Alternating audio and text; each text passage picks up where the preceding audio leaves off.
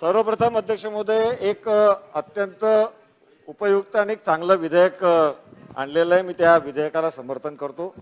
आता या डिटेलमध्ये जाण्याची आवश्यकता नाही की कोणाचं ह्यातलं क्रेडिट आहे, पण मला आठवतंय त्याप्रमाणे 1.5-2 वर्षापूर्वी डोंगरीला एक इमारत पडली आणि त्याच्यानंतर या सगळ्या संदर्भात एक कॅबिनेट निर्णय झाला आणि पाठोपाठ आता विधेयक आलेलं आहे। अध्यक्ष महोदय हे विधेयक चांगलं आहे हे म्हणत असताना या विधेयकामधल्या काही त्रुटी ज्या आहेत त्या फक्त सदनाच्या आणि मंत्री महोदयांच्या ध्यानात आणू इच्छितो।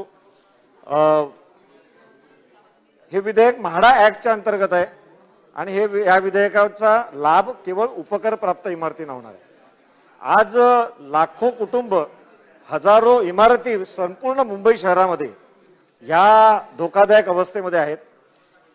विधेयकामध्ये उल्लेख आहे की 354 ची नोटीस दिली जाते धोकादायक इमारतींना। लोक त्या सगळ्यामुळे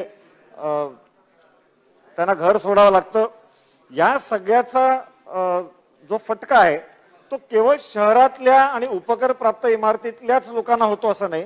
354 च्या नोटिसेस महानगरपालिकेतर्फे सर्वत्र दिल्या जातात आणि त्यामुळे हे चांगलं विधेयक असलं तरी मुंबईतल्या तमाम सर्व धोकादायक इमारतीतील रहिवाशांना याचा लाभ होणार नाहीये आणि त्यामुळे पुढच्या टप्प्यामध्ये हा संपूर्ण आणण्याची आवश्यकता आहे। मुद्दा 1 अध्यक्ष महोदय या ठिकाणी कलम 499 चा उल्लेख हा या अमेंडमेंट मध्ये केलेला आहे आणि वारंवार या ठिकाणी एक उल्लेख झाला की मी एक खासगी विधेयक मांडलं होतं आणि त्या संदर्भात तत्कालीन मुख्यमंत्री देवेंद्र फडणवीस साहेबांच्या काळामध्ये हे सेक्शन 499 नव्याने इंट्रोड्यूस झालं आणि एक दिलासा आपण द्यायचा प्रयत्न केला।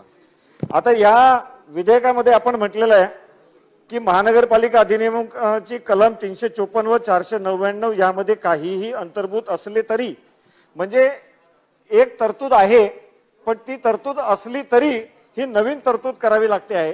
ही नवीन तरतूद का करावी लागते अध्यक्ष महोदय एक तरतूद केलेली असताना?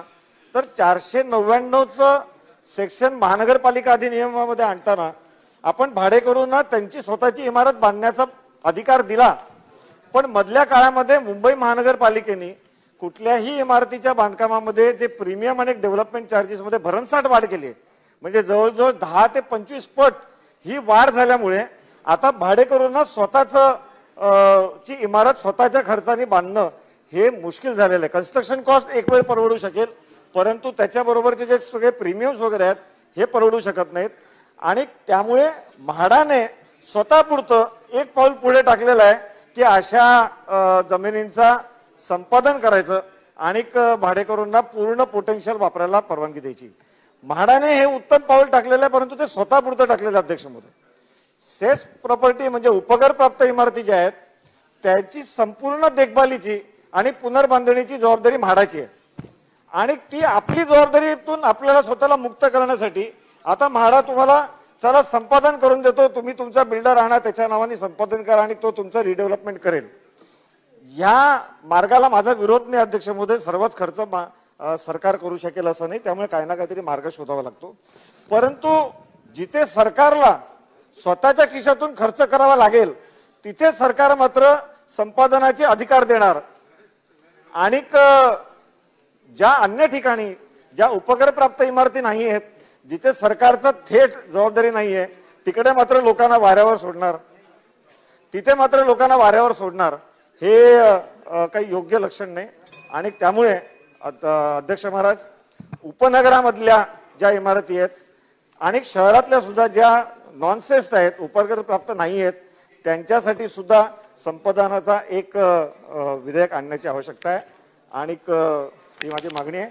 अध्यक्ष महोदय एक मुद्दा महत्वाचा आहे म्हणून मांडतो। आता बाद झालं मला वाटतं। एक शेवटचा मुद्दा अध्यक्ष महोदय, आयलँड सिटी अध्यक्ष महोदय,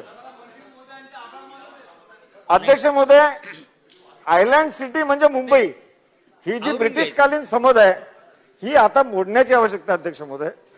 जे काही जुन्या इमारतींसाठी जे काही नियम बनतात ते केवळ उपकर प्राप्त इमारतींसाठी बनतात, ते केवळ आयलँड सिटी म्हणजे शहर मुंबई जिल्हा यांच्यासाठी बनतात। उपनगरातल्या तमाम लोकांवर अन्याय होतो आणि ह्या निमित्ताने पुन्हा एकदा हे सांगू इच्छितो की उपनगरातल्या सुद्धा धोकादायक इमारतीमध्ये आपण त्यासाठी विविध नियम आणावेत.